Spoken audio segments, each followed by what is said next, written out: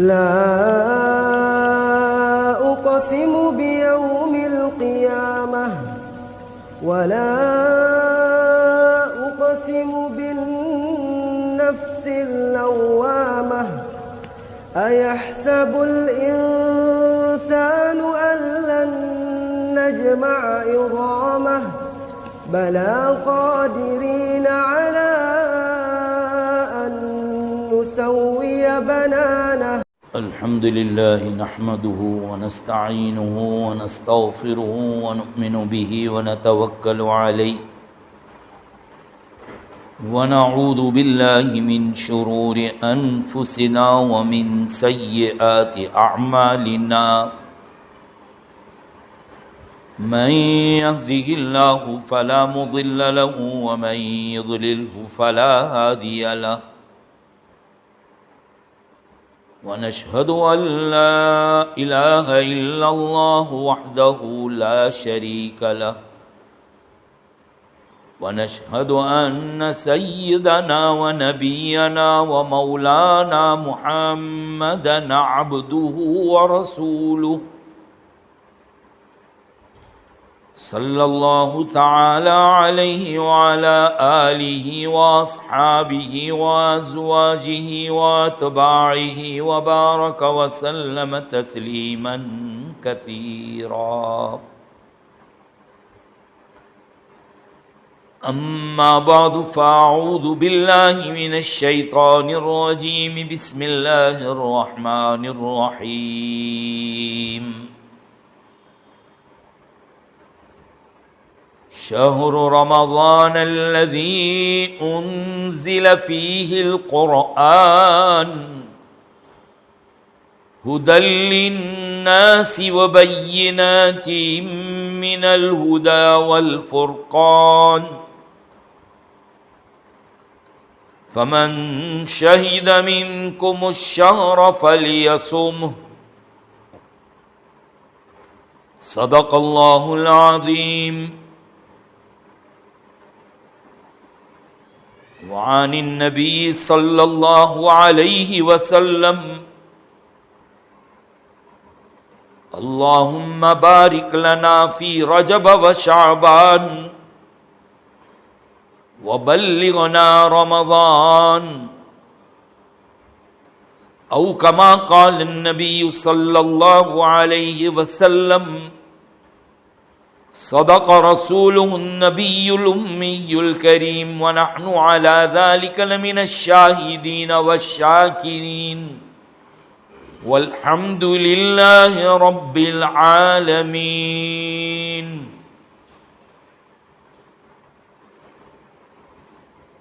بہت ہی عزت کے قابل اور لائق میری مائیں اور بہنیں، دعا کر دیجئے کہ اللہ تبارک و تعالی ہم سب کے کام کی باتیں کہلوا دے اور کہی سنی باتوں پر اللہ رب العزت ہم تمام کو عمل کی توفیق نصیب فرمائے. قرآن کریم کی آیت اور اللہ کے نبی صلی اللہ تعالی علیہ وسلم کی ایک دعا آپ کے سامنے تلاوت کی. اس آیت اور حدیث پاک میں رمضان المبارک کی فضیلت اور رمضان المبارک کی تیاری کی ترغیب دی گئی ہے. ہماری بہت سی ماں بہنیں جو دین کے کام میں لگی ہے، دین کی سوجھ بوجھ رکھتی ہیں، انہوں نے یہ سنا ہوگا کہ اللہ کے رسول صلی اللہ علیہ وسلم جب رجب کا چاند دیکھتے، رجب یہ اس مہینے کا نام ہے جو ابھی چل رہا ہے، اس کے بعد آئے گا شعبان اور اس کے بعد آئے گا رمضان. تو رجب، شعبان اور رمضان، تو یہ جو رجب کا مہینہ چل رہا ہے، اس کا چاند جب آقا دیکھتے تو یہ دعا پڑھتے مطلب یہ ہے کہ اللہ ہمارے لیے رجب اور شعبان کے مہینے میں برکت عطا فرما، وبلغنا رمضان، اور ہمیں رمضان نصیب فرما، رمضان تک پہنچا دے۔ اس دعا کے ذریعے سے رمضان المبارک کی تیاری کب کرنی چاہیے، کتنے وقت پہلے اور کیسی کرنی چاہیے۔ خیر، ہماری ماں بہنیں رمضان المبارک افطاری اور سحری کی تیاری، اس کے لیے تو ابھی سے انتظامات شروع ہو چکے ہوں گے۔ بہت سے گھروں میں رمضان کا سامان آنا شروع ہو گیا ہوگا، بلکہ کتنے لوگوں نے تو عید کی بھی تیاری شروع کر دی ہوگی۔ تو رمضان المبارک کی تیاری کون سی کرنی ہے، کس اعتبار سے کرنی؟ ایک نبی اپنے مزاج کے مطابق بیان کرتے ہیں، اس لیے کہ رمضان کا مہینہ بہت برکت والا۔ سب سے پہلی برکت کی بات تو یہ ہے کہ اللہ تعالیٰ نے آسمان سے جتنی کتابیں نازل کی، وہ سب کے نازل کرنے کے لیے یہی مہینہ منتخب کیا، پسند کیا۔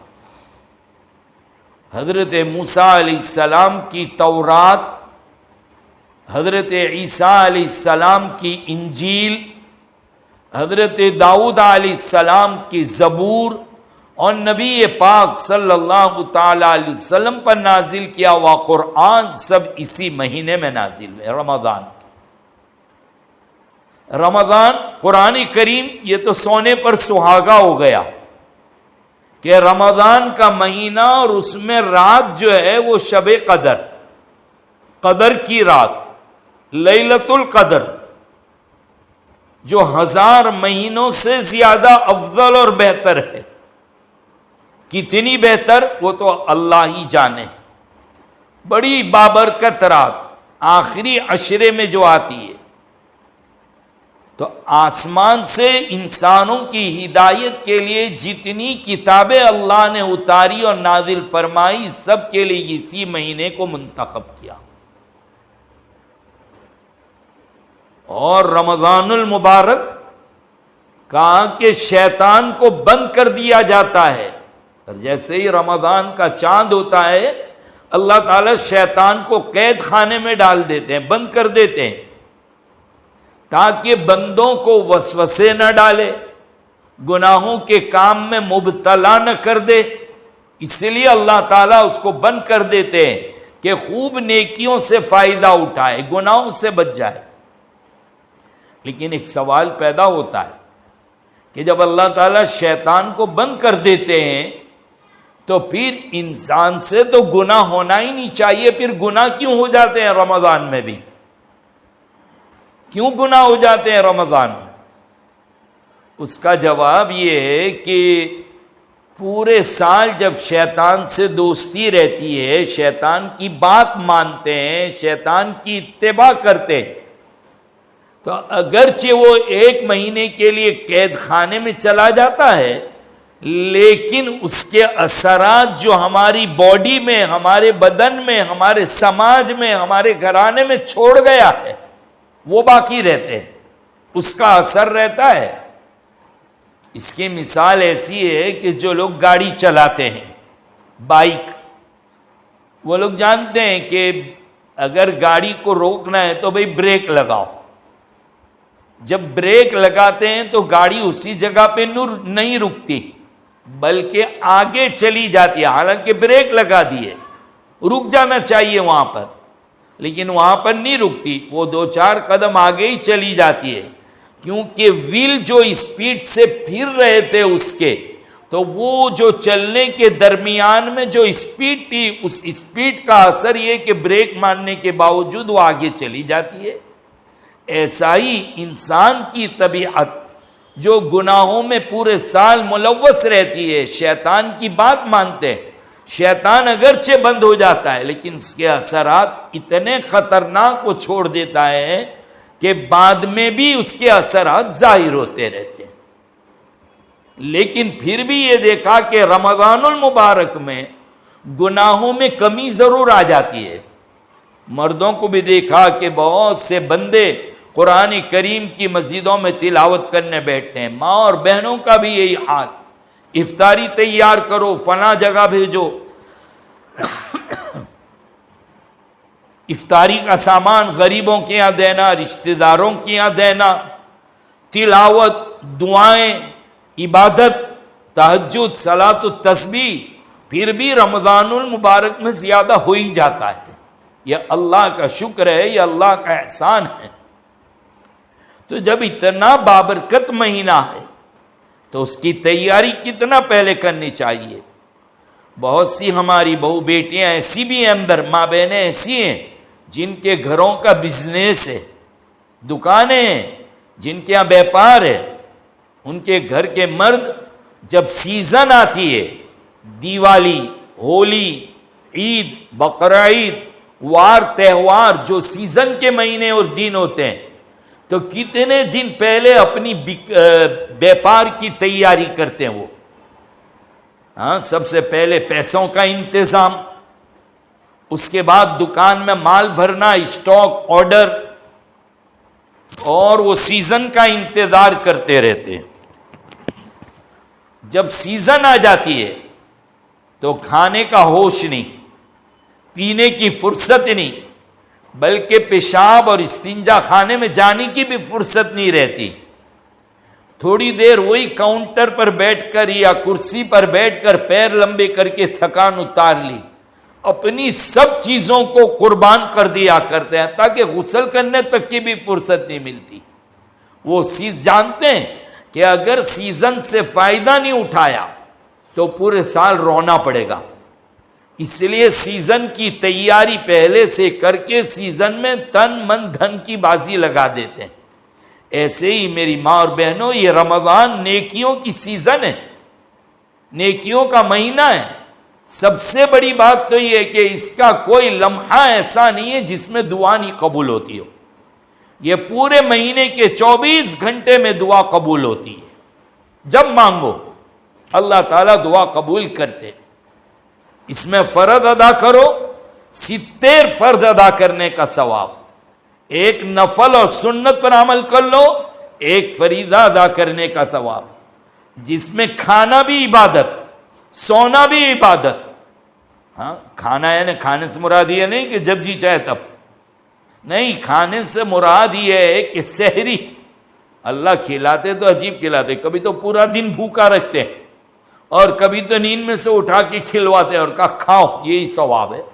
ہمارے نبی نے فرمایا کہ مجھ سے پہلے سحری کسی کو نہیں دی گئی۔ پہلے کے زمانے میں پہلے لوگوں کا روزہ کیسا ہوتا تھا؟ افطاری کرنے کے بعد جاگتے رہی ہو، جب تک جاگتے ہیں تب تک کھا سکتے ہیں، لیکن آنکھ لگ گئی، سو گئی، ختم، روزہ شروع ہو گیا۔ لیکن اللہ رب العزت نے اس امت پر رحم فرمایا اور سحری کا حکم دیا، اور سحری کھانے کو بھی فضیلت میں شمار کر لیا گیا، عبادت میں شمار کر لیا۔ پورا دن بھوکا رکھتے ہیں، اور اب افطاری کا وقت آیا تو کوئی ذرا نیک زیادہ بن جاوے اور کہ ہم تو پہلے مغرب پڑھتے ہیں بعد میں افطاری کر لیں گے۔ کہا نہیں، کھانا بعد میں کھانا، افطاری تو کر ہی لے، کھجور وجور تو کھا ہی لو، ورنہ اللہ کے نبی فرماتے میری امت سے اس کا کوئی رشتہ نہیں۔ کبھی بھوکا رکھ کر ثواب دیتے، کبھی کھلا کر ثواب دیتے اللہ تعالیٰ۔ عجیب ہے، اللہ کا نظام ہے، اللہ کا معاملہ ہے۔ اللہ بھوکا کیوں رکھتے ہیں بھائی؟ کیوں بھوکا رکھتے ہیں؟ اللہ تعالیٰ کے یہاں راشن کی کمی ہو جاتی ہے کہ ایک مہینہ روزہ رکھواتے ہیں؟ ارے اللہ کے بندو، اللہ اور زیادہ کھانے کی چیزیں دیتے ہیں۔ ہم نے دیکھا افطاری کے اندر ایسی ایسی چیزیں ہوتی ہے دسترخوان پر کہ آپ کے گھر کے مرد حضرات ہاتھ جوڑ کر وضو کر کے آپ کے سامنے ادب سے بیٹھ جائے، انہیں کہے کہ وہ رمضان میں بنایا تھا، وہ آڑے دن میں پھر سے بناؤ۔ ہے کوئی میری ماں بہن اتنی ہمت والی جو بنا کے دے؟ فوراً کہہ دے گی کہ عید جیسی عید ہو گئی، امی کے یہاں نہیں گئی ہوں. ہاں، طبیعت ٹھیک نہیں ہے، بہانہ کر دے گی. رمضان میں منع کرتے تھے کہ اللہ کی بندی روزہ ہے، سو جا، مت بناؤ، کچھ بھی کھا لیں گے. نہیں، رمضان جیسی رمضان اور یہ نہ بنائے. ایسا لگتا ہے کہ آسمان سے دسترخوان نازل ہوا ہے، کیسی کیسی نعمتیں آ جاتی ہے. کون کہتا ہے کہ اللہ تعالیٰ کے یہاں راشن کی کمی ہو گئی جو اللہ تعالیٰ کھانا رمضان میں بھوکے رکھ دیا؟ نہیں، اس کی مثال ایسی ہے.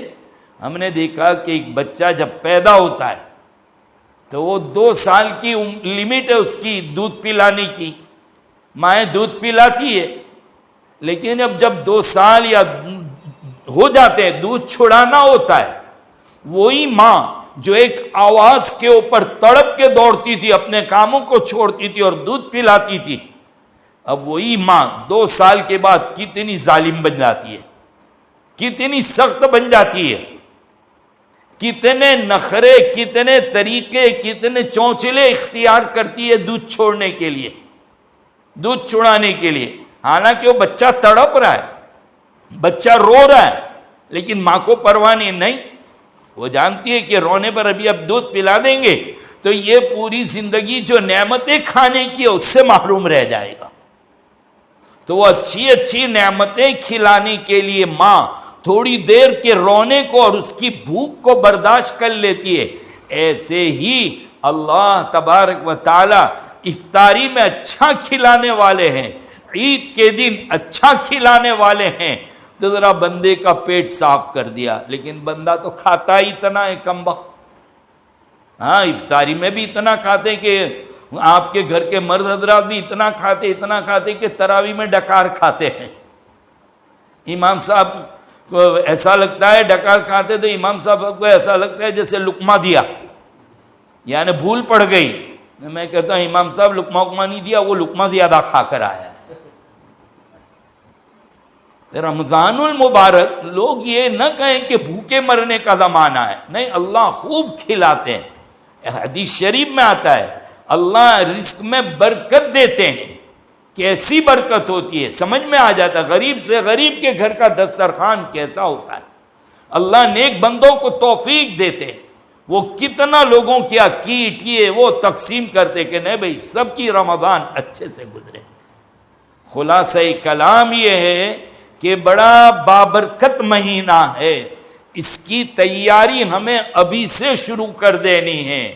تیاری کسٹرڈ پاؤڈر، گھاس، بیسن، تیل کے ڈبے، یہ اعتبار سے تیاری نہیں، وہ جو سیزن ہے نیکیوں کی اس کے اعتبار سے کہ ہماری سیزن فلاپ نہ جائے، نبی کی بددعا نہ لگ جائے.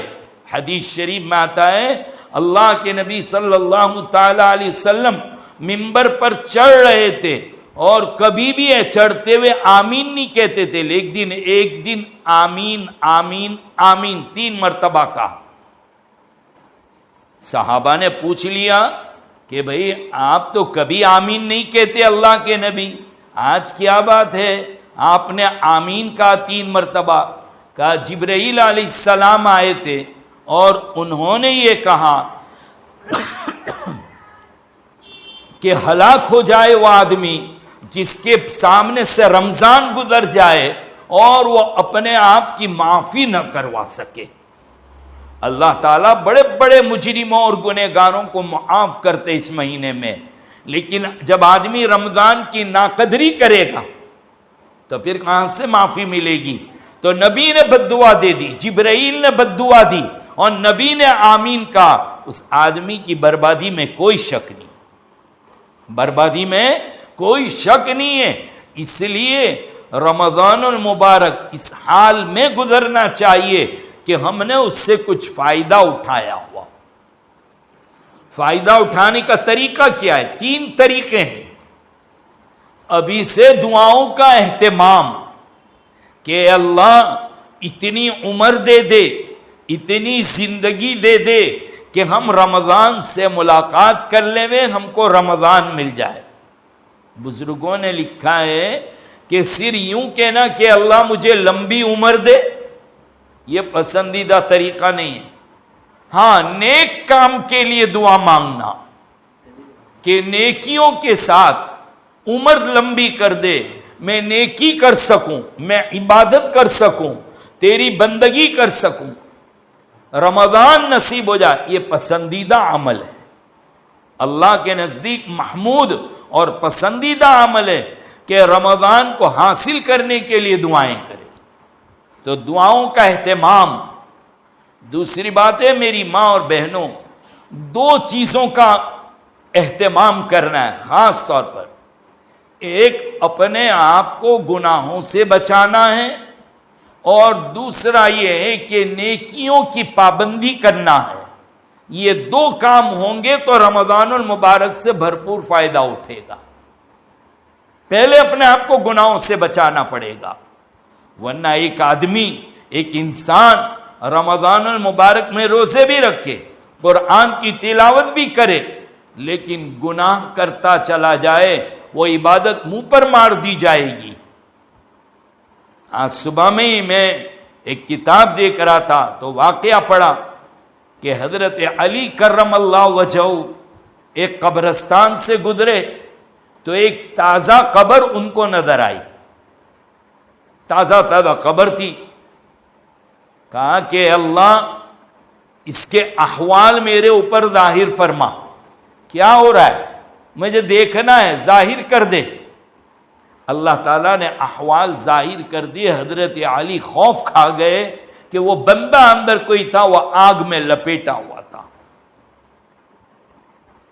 حضرت علی کرم اللہ وجہہ سے اب وہ بندہ چلا کر کہہ رہا، علی میری سفارش کر دو، حضرت علی میرے لیے دعائیں کر دو۔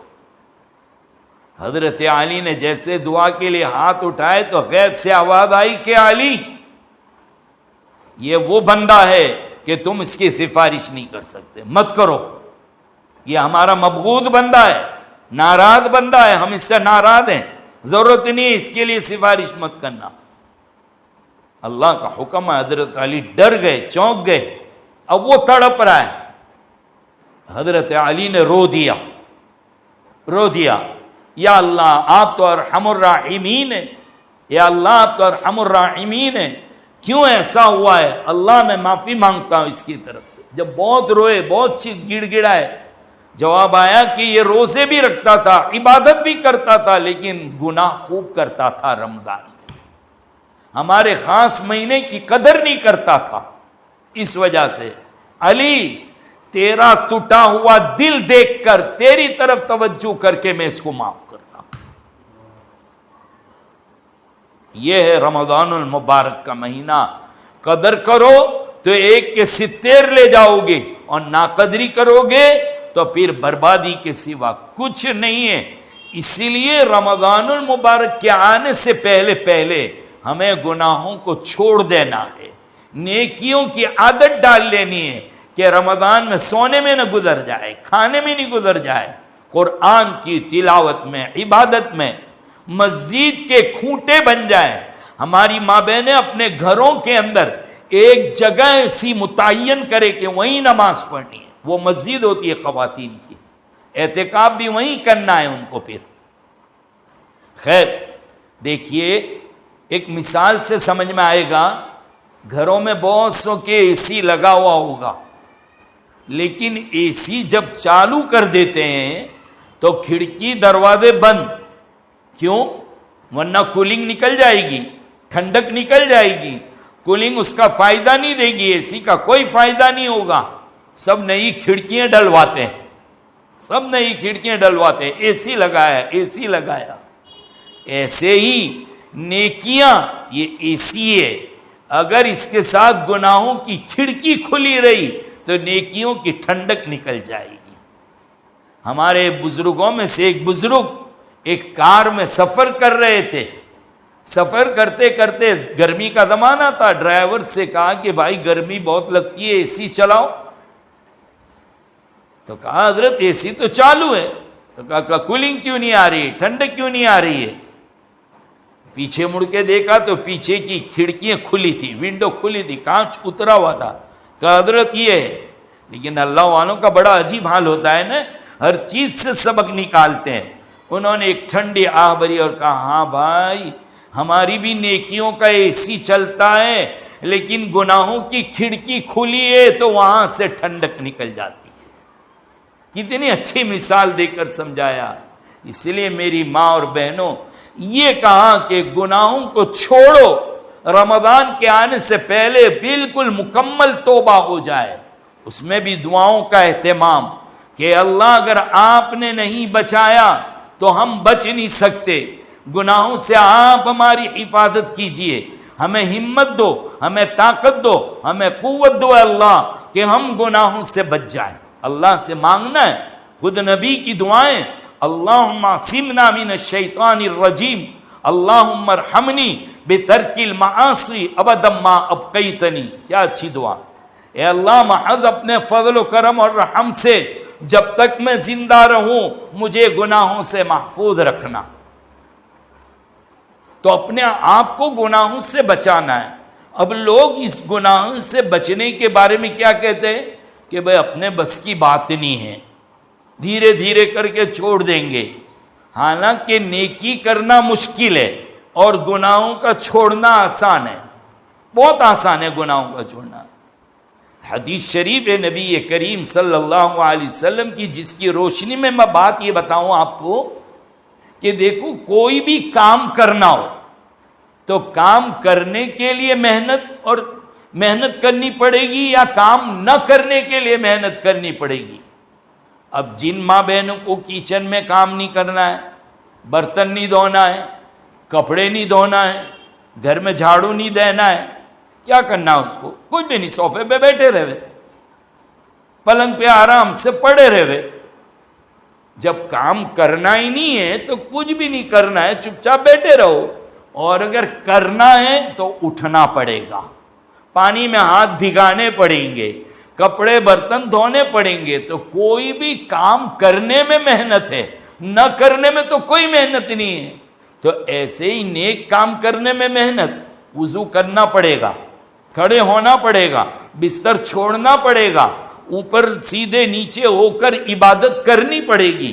تو محنت تو نیکی کے کام میں. اب گناہ, اس کا خیال آیا, گناہ کا خیال آیا کہ گناہ کرنا ہے لیکن ادھر دھیان لے ہی نہ جانا ہے, دھیان کو جھٹک دینا ہے. اسی لیے تو کہا کہ گناہ کو نہ کرنے کے لیے بس کچھ مت کرو, بیٹھے رہو, کام میں لگ جاؤ, کوئی کتاب پڑھ لو, کوئی وضو کر لو, درود شریف پڑھ لو, تسبیح پڑھ لو. ارے گھر والوں کے ساتھ باتوں میں لگ جاؤ کم از کم. تو گناہ تو آٹومیٹک, گناہ جب محنت کرو گے, گناہ کرنے کے لیے بھی تو محنت کرنی پڑتی ہے نا. اب فلم دیکھنے جانا ہو تو ٹکٹ لینی پڑے گی, پیسے خرچ کرنے پڑیں گے, رکشہ کرنا پڑے گا, اتنی محنت کر کے جاؤ گے وہاں. اگر موبائل میں ہے تو موبائل کا بھی ریچارج ہونا چاہیے, چارجنگ ہونا چاہیے. سیریل نہیں دیکھنا تو نہیں دیکھنا, موبائل اسٹارٹ ہی نہیں کرنا ہے. ہاں ہماری ماں بہنیں تو سیریلوں میں اور اس میں موبائل ہی ٹی وی بن گیا ہے ان کا. پتہ نہیں کون سی وہ ساس بہو اور ننن باوج اور پتہ نہیں عجیب عجیب کچھ سیریلیں دیکھتی ہے یہ, اور ایسی دیکھتی ہے ایسا لگتا ہے جیسے آسمان سے نازل ہوا. خدا کی بندیوں, ساس بہو دیکھ دیکھ کر ساس بھی بگڑ گئی اور بہو بھی بگڑ گئی. اب کہتے مولانا تعویذ دو, ساس نہیں مانتی, بہو کہتی کہ ساس نہیں مانتی, اور ساس کہتی کہ بہو نہیں مانتی. میں نے کہا اب تعویذ تو کیا, مولانا کو بھی لے جا کے کہیں دبا دو تو بھی نہیں, دونوں کا جھگڑا نہیں, تو بھی معاملہ نہیں سلجھنے کا ہے. کہا تھا کہ ساس بہو مت دیکھنا. پڑوسی ملک کی سیریلاں, ہماری ماں بہنیں بہت دیوانی ہیں اس کی.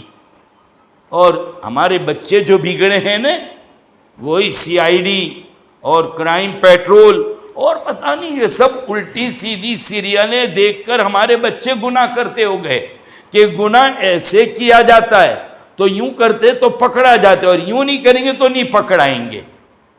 اسی سے معصوم بچے یہ سیریلیں دیکھ کر, گیم کھیل کھیل کر مجرم بن گئے. ہماری ماں بہنیں بھی یہی سیریل دیکھ دیکھ کر, سب سے پہلے تو گناہ کاہی کا ہوتا ہے, اندر عورتیں بھی کام کرنے والی ہیں, مرد اس کو دیکھتے ہیں, مردوں کو بد نظری ہو رہی ہے, عورتیں کام کرتی ہے، مرد دیکھتے ہیں، مرد کام کرتے ہیں، عورتیں دیکھتی ہے، دونوں ایک دوسرے کو دیکھ رہے، یہ بد نظری ہو رہی ہے، بد نظری کا گناہ ہو رہا ہے دونوں کو۔ بد نظری یہ نہیں کہ کھڑکی میں سے روڈ پر چلتے ہوئے مرد کو دیکھا، یا کھڑکی راستے میں چلتی ہوئی لڑکی کو دیکھا مرد نے، یہی گناہ نہیں ہے بد نظری۔ بد نظری یہ بھی ہے کہ ٹی وی پر، موبائل پر ایسی تصویریں دیکھنا، پیپر کے پیج اور صفحات کے اوپر ایسی تصویروں پر نظریں گاڑ دینا، یہ بھی بد نظری ہے۔ اور جب بد نظری ہوگی، اللہ قرآن شریف کی تلاوت کی طاقت چھین لیں گے اللہ۔ اگر قرآن شریف کی تلاوت کرنا چاہتی ہو، اپنے آپ کو بد نظری سے بچاؤ، بد نظری سے بچاؤ۔ گناہ بالکل اپنے آپ کو روکنے کی شروعات ابھی سے شروع کر دو۔ دیکھو میری ماں بہنوں، دنیا کے حالات کو دیکھو، عبرت تو پکڑو، کیسے کیسے حالات آ رہے ہیں۔ ایک ہی منٹ کے اندر پورے شہر تباہ و برباد ہو گئے۔ اللہ کیسی طاقت والے ہیں، اللہ کیسی قدرت والے ہیں۔ اللہ ہم سب کو سچی توبہ کرنے کی توفیق عطا فرمائے۔ ترکی کے حال پڑے ہوں گے، سیریا کے حالات پڑے ہوں گے، کیسے حالات، کیوں آتے یہ زلزلے، کیوں؟ یہ ہمارے گناہوں کی نحوست ہے۔ اب آپ کہیں گے کہ پیپر میں تو ہم یوں پڑھتے ہیں کہ اندر کی پلیٹیں ہل گئی ہے، زمین کی پلیٹیں ہل گئی ہے، زمین میں نیچے پلیٹیں آتی ہے، تو کہا وہ ہل گئی ہے، ایک دوسرے میں گھس گئی ہے، اس کی وجہ سے دھرتی کم اور ارتھویک اور زلزلہ آتا ہے۔ ان کی بات بھی سچی ہے، بالکل بالکل سچی بات ہے کہ اس کی وجہ سے آیا، لیکن یہ پلیٹیں ہلی کیوں؟ آج تک کیوں نہیں ہل رہی تھی اب اتنی زیادہ؟ اصل میں جب قرآن شریف کو دیکھے تو جواب ملا کہ وَجَعَلْنَا الْجِبَالَ أَوْتَادًا، اللہ فرماتے ہیں ہم نے پہاڑوں کو کھیلی بنایا ہے، اسکرو بنایا ہے۔ یہ پہاڑ کیا ہے دنیا میں؟ یہ اسکرو ہے، یہ کھیلی ہے۔ خود قرآن ایک اعلان کرتا ہے پہاڑ اس لیے رکھے رواسی فی الارض ان تمید بہم، یہ پہاڑوں کو اس لیے گاڑا ہے کہ زمین ہلنے نہ پاوے، زمین کو ہلنے سے بچانے کے لیے پہاڑ رکھے تھے۔ برابر بات؟ تو یہ کھیلی تھی۔ اب دنیا میں ایسے ایسے لوگ کرسیوں پر بیٹھے ہیں جو بے وقوف ہے، کم بخت، ہاں 2-4 چوپڑیاں بھی پڑے ہوئے لوگ نہیں ہیں، اب وہ بڑے عہدے پر بیٹھ گئے۔ اب وہ لوگوں کو وکاس کی سوجی ہے، وکاس کہتے ہیں وکاس گانڈو تیلو چھے، تو وہ وکاس کیا؟ تو کہ روڈ چوڑے کرنے ہیں، پہاڑوں کو کاٹو، پہاڑوں کو بودھے کھوکھلے کر دو، ٹرین کی پٹری نکلے گی۔ تو جب اسکرو کو کھول ڈالیں گے، اسکرو کو نکال لیں گے، تو جس چیز پر اسکرو کو فٹ کیا تھا وہ چیزوں کا حال کیا ہوگا؟ وہ چیزیں ہل جائے گی۔ تو ایسے بے وقوف پاگل قسم کے لوگ وکاس میں ویناس کو بلاتے، اور یہ سارا ستیہ ناش کر ڈالا، پوری زمینوں کو ہلا کر رکھ دی، میٹرو کے نام پر زمین کو بودھی کر دی اور کھود کر کے اس کا پیٹ خالی کر دیا۔ جب اسکرو کھل گئے تو اب اندر پلیٹیں ہلے گی نہیں تو کیا ہوگا؟ پلیٹیں ہلے گی نہیں تو کیا ہوگا؟ تو یہ ایسے بے وقوف کرسی پر بیٹھے کیوں؟ یہ ہمارے گناہوں کی نحوست ہے، ہمارے بگڑے ہوئے اعمال کی بگڑی ہوئی شکلیں ہیں یہ لوگ۔ تو یہ کیوں بیٹھے؟ ہمارا ایسا کون سا گناہ ہے جس سے زلزلے آتے ہیں؟ بہت سے ایسے تو گناہ ہیں، خاص طور پر جب حرام خوری، زنا کاری۔ میری بیٹیوں، دنیا والوں کی لالچ میں نہ آؤ، دنیا کے ادنا سے گفٹ کے اندر نہ آ جاؤ، اسکول کالج کی رونق کو دیکھ کر اپنی ماں باپ کی عزت اور اپنی عزت کو داغدار مت کر دو۔ بیٹیوں، تمہارے اوپر بہت نظر ہے، تم قیمتی سرمایہ ہے اس امت کا۔ کیوں قیمتی سرمایہ؟ ہر میدان میں تم آگے تھی، اور تم نے ہر کامیاب مرد کے پیچھے تمہارا ہاتھ، کبھی بیوی بن کر، کبھی بیٹی بن کر، کبھی ماں بن کر، تمہارا ہاتھ تھا، ماں، بیٹی، بہو، بیوی، یہ سب بن کر تم دعائیں کرتی تھی. تم مردوں کو سپورٹ کرے تو مرد کا ماحول بنے گا، اور اگر تم ہی گر گئی تو پورے ماحول کا ستیہ ناش ہو جائے. اسی لیے کہتے ہیں ماں کی گود پہلا مدرسہ ہے، ماں کی گود پہلی اسکول ہے، ماں کی گود سب سے پہلی کلاس ہے. ماں جیسی ہوگی اولاد کے اوپر اس کا اثر آئے گا. ایک مرتبہ ایک نوجوان جوڑے کی شادی ہوئی. پہلی ملاقات میں دونوں نے کہا کہ چلو آج دونوں مل کر عہد کرتے ہیں، ہاتھ ملاؤ. کیا؟ تو کہ حرام کا لقمہ نہیں کھائیں گے. پکا وعدہ کرو دونوں میاں بیوی، تاکہ آنے والے بچے بھی نیک اور حلالی بچی نہ آئیں. پہلی ملاقات میں دونوں نے پرومس کیا، عہد و پیمان کیا کہ نہیں کھائیں گے. اب 1-1.5 سال کے بعد بچے کی پیدائش ہوئی. اللہ نے ایک چاند جیسا بیٹا دیا. پھر اس کے بعد وہ بچہ ذرا بڑا ہوا، چلتا پھرتا ہوا ذرا. ابا جی کو شوق آیا کہ چلو بازار لے جاؤں، گاڑی پہ بٹھا کے لے جاؤں، جیسے ہمارے مفتیان صاحب بھی لے جاتے ہیں. تو کہ چلو لے جاوے گھومنے کے لیے، بازار میں لے جاوے.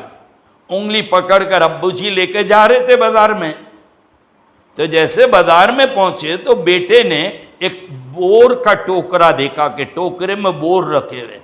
اچھے کے منہ میں پانی آ جاتا ہے بور دیکھ کر، تو اور خواتین کے منہ میں تو بہت جلدی آتا ہے بور دیکھ کر. تو وہ بور جو دیکھا بچے نے تو انگلی چھڑائی اور جھپٹ مار کے ایک بور لے کے رکھ دیا منہ میں. باپ تڑپ گیا. دیکھو اسی کو کہتے تربیت.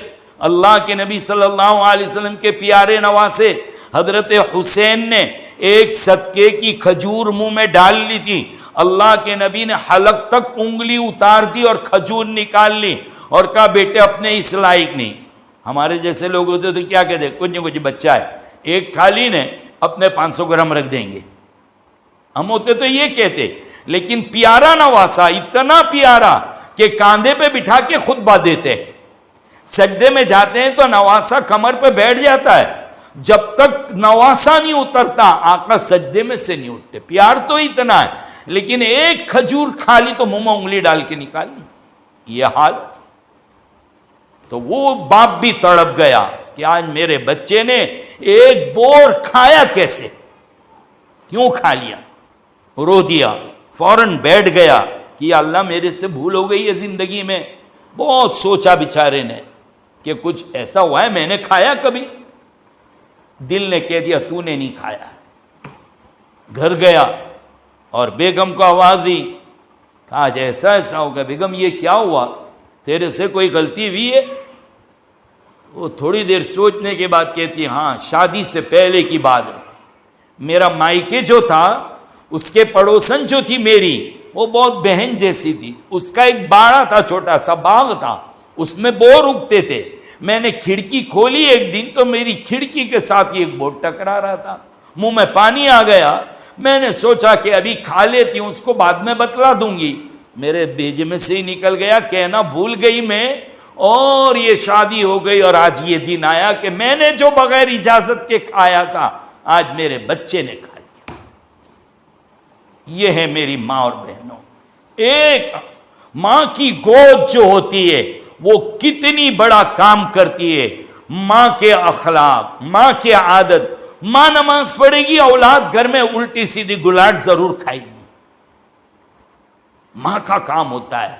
بچہ جب دودھ پیتا ہے بسم اللہ بول کے پلائے.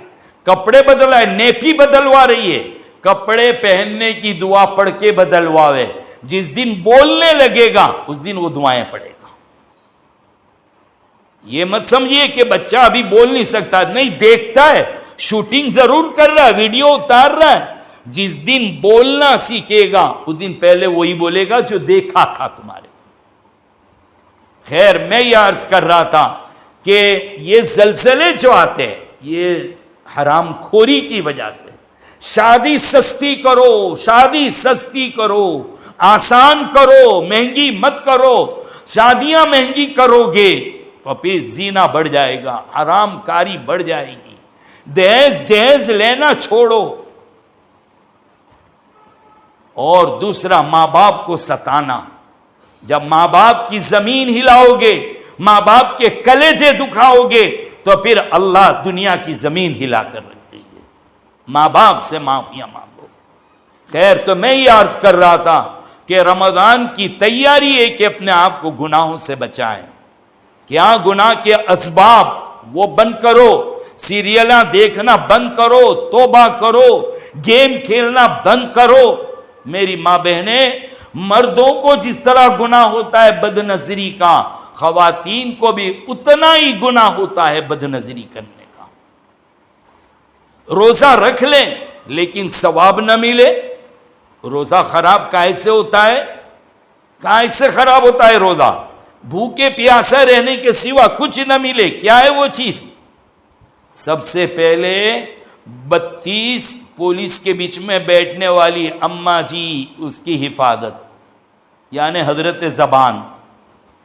ہاں یہ ہے نا، یہ بہت خطرناک ہے، بغیر ہڈی کی چیزیں، یہ بغیر بولے ہوئے بھی جھگڑا کروا دیتی ہے۔ تھوڑی دیر کسی کو تاکتے رہو، منہ دیکھو، اور پھر باہر نکال کے ہلا دو زبان کو، پھر دیکھو انجام کیا ہوگا۔ سامنے والا کھڑا ہو کے 2 تھپڑ رسید کرے گا کہ مجھے پاگل سمجھا۔ یہ اتنی خطرناک ہے۔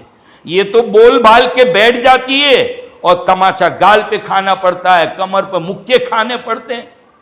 تو غیبت سب سے بڑی برائی جو میری ماں بہنیں معاف کے میں صاف صاف کہتا ہوں، وہ ہے غیبت۔ غیبت کس کو کہتے ہیں؟ کسی کی برائی اس کی پیٹھ پیچھے کرنا۔ تو ہماری بہنیں کہتی ہے نا با، مجھے کھوٹا بولنے کی عادت نہیں ہے، میں تو وہ بولتی ہوں جو اس کے اندر ہے۔ تو اسی کا نام تو غیبت ہے۔ جو نہیں ہو اور تم بولے، وہ تو الزام، منہ پر کہو تو تانا، اور پیٹھ پیچھے کوئی کی برائی کرو گے تو اس کو کہتے ہیں غیبت۔ اب یہ کہنا کہ میں تو کھوٹا نہیں بولتی، وہی بولتی ہوں جو اس میں ہے، تو اسی کو تو غیبت کہا نبی پاک صلی اللہ تعالی علیہ وسلم نے۔ کیا فائدہ ہے کسی کی برائی اس کے پیٹ پیچھے کرنے سے؟ کیا فائدہ ہے؟ نقصان ہے۔ نقصان کیا ہوگا؟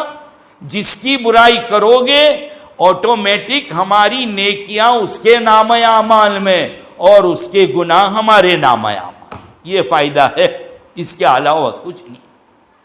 روزہ لگتا ہے نا، ہاں بہت بعض لوگوں کو، ہم تو مردوں کو دیکھتے ہیں کہ عصر کی نماز کے بعد بہت سے مردوں کو سنبھالنا پڑتا ہے، ایسا لگتا ہے کہ ایٹم بم کی طرح پھٹے گا بھی، اس کو ہاتھ نہیں لگانے کا۔ عصر بعد تو چھیڑا ہوئے ہی نہیں، کیوں؟ 7ویں آسمان پر بھیجا ہے اس کا۔ ایسا لگتا ہے کہ جیسے وہ پیٹرول پمپ پر گیس پرانے جاتے ہیں سب کو دور کر دیتے نا، ایسا اس کو بھی دور کر دینا پڑتا ہے۔ ہوتے بعض لوگ، روزہ لگتا ہے، کوئی ایٹم بم ہے کہ لگے گا؟ کیوں لگا روزہ؟ بھوک تو سب کو لگتی ہے، نہیں لگے تو پاگل کے والے۔ بھوک تو لگے گی، پیاس بھی لگے گی، لیکن اس بھوکے رہنے میں مزہ آتا ہے، اس پیاسے رہنے میں مزہ آتا ہے کہ اللہ کے لیے بھوکے اور پیاسے رہے۔ لیکن بھوک اور پیاس میں بے چینی کی کیفیت پیدا ہو جائے، اس کو کہتے روزہ لگنا۔ ورنہ روزہ لگا یعنی روزے میں گرمی کا احساس ہوا، سر پہ پانی ڈالا، کپڑے بھگا کے رکھے، مرد حضرات مسجد میں جائے تو حوض میں پیر لٹکا دیتے گرمی کے زمانے میں، ہاں افطاری میں اپنا شربت کا گلاس 15 منٹ پہلے برف ڈال کے تیار، مزہ آتا ہے، کیسی تڑپ رہتی ہے، کتنا لطف آتا ہے اس کے اندر۔ تو یہ روزہ، یہ بھوک پیاس تو لگے گی، لیکن بے چینی کی کیفیت پیدا ہو جائے، اس کو روزہ لگنا کہتے ہیں۔ جان جانے کے قریب ہو جائے، روزہ توڑنے کو جی چاہے، اس کو روزہ لگنا کہتے ہیں۔ کب لگے گا؟ جب غیبت کرو گے، گالی بکو گے، تانا دو گے، ساس بہو کی برائی، بہو ساس کی برائی کرے۔ آج تک دنیا میں مجھے تو یہی سمجھ میں نہیں آیا کہ برا کون ہے، ساس کے بہو؟ یہ سمجھ میں نہیں آیا۔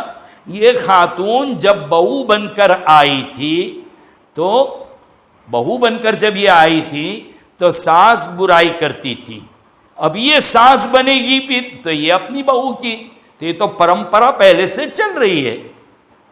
بہو ساس کی برائی کرتی ہے، ساس بہو کی برائی کرتی ہے، تو یہ ساس جو ہے یہ بھی تو کبھی بہو تھی. ہاں یہ بہو تھی تو یہ بھی اس دن ساس کے ساتھ لڑتی تھی. جیسی کرنی ویسی بھرنی. تو تیری ساس کے ساتھ لڑی ہے تو تیری بہو تیرے ساتھ لڑے گی. یہ مسئلہ تو آج تک کوئی سلجھا ہی نہیں سکا ہے ہمارے سامنے کہ جاوے کا جھگڑا کہاں نمٹاوے کہاں. کیونکہ آج جو ساس بائی ہے اس کی بھی پہلے شکایت آئی تھی کہ زبان بہت چلاتی ہے. اب اس کی بہو جو ہے اس کی شکایت یہ ساس کرتی ہے. ذرا یہ سوچنے کی بات ہے. تو ہر گھر کی یہی کہانی، ہر گھر میں یہی بات ہے. تو ساس بہو کے ساتھ لڑے، بہو ساس کے ساتھ لڑے، اس کی برائی کرے، روزہ لگے گا. رمضان کے روزے کا ثواب مارا جائے گا. آج توبہ کر کے اٹھنا ہے کہ گھروں میں سے ساس بہو کے جھگڑوں کو ختم کرنا ہے. یہ برائیاں نہیں کرنی ہے. بہو آئی ہے وہ آپ کی بیٹی ہے. آپ کی بیٹی کہیں جائے گی اور اس کے ساتھ جب برائی ہوگی تو عجیب دیکھا، ایک خاتون کے دو روپ، ایک عورت کے دو روپ، ایک ماں کی شکل میں اور ایک ساس کی شکل میں. ساس کی برائی کرتے ہوئے کہ بہو کی برائی کرتے ہوئے کہتی ہے کہ نا با اپنوں کو تو اللہ کا بہت ڈر ہے اور میں تو اپنی بہو کے ساتھ کچھ ایسا کرتی ہی نہیں ہوں، لیکن بہو ہے کہ نالائق ہے. لیکن اب اس کی بیٹی جو دوسری جگہ گئی ہے کہتے ہیں ان لوگوں میں تو ذرا بھی اللہ کا ڈر نہیں ہے. میری بیٹی کے ساتھ ایسا کیا جا رہا، میری بیٹی کے ساتھ ایسا نہیں. جو تو کر رہی ہے وہ وہاں پر ہو رہا ہے، جو تم کر رہے ہو وہ وہاں پر ہو رہا ہے. تو رمضان المبارک کے آنے سے پہلے ساس اور بہو، ننند اور باوج یہ بھی آپس میں صلح کریں. یہ نہیں کہ روزے بھی رکھے اور ایک دوسرے کی برائی بھی کرے گی تو روزے کا ثواب ہی ضائع ہو جائے گا، برباد ہو جائے گا. زبان کی حفاظت، پھر اپنی آنکھوں کی حفاظت، کان کی حفاظت، گانے نہ سنے، گالی نہ سنے. پیٹ کی حفاظت، حرام لقمہ پیٹ میں نہ جانے پائے. یہ اپنے آپ کو تیار کر لو گناہوں سے بچانے کی. اور نمبر 2، نیکیوں کی عادت ڈالو. کیسے عادت ڈالنا ہے؟ آج سے قرآن شریف کی تلاوت شروع کرو. کم از کم ایک 10 منٹ بیٹھنا ہے روزانہ، 5 منٹ، 2 دن کے بعد 6 اور 2 دن کے بعد 7، ایک منٹ بڑھاتے چلے جاؤ کہ رمضان آنے تک کم از کم روز 1 سپارہ پڑھ سکے. اتنی عادت ڈال لو تو ایک قرآن ختم ہو جائے گا رمضان میں. 2 سپارے پڑھیں گے روزانہ تو کتنے 2 قرآن ختم ہوں گے. زیادہ سے زیادہ قرآن کریم کی تلاوت، دعاؤں کا اہتمام، خوب لمبی دعائیں کرنے کی عادت ڈالو.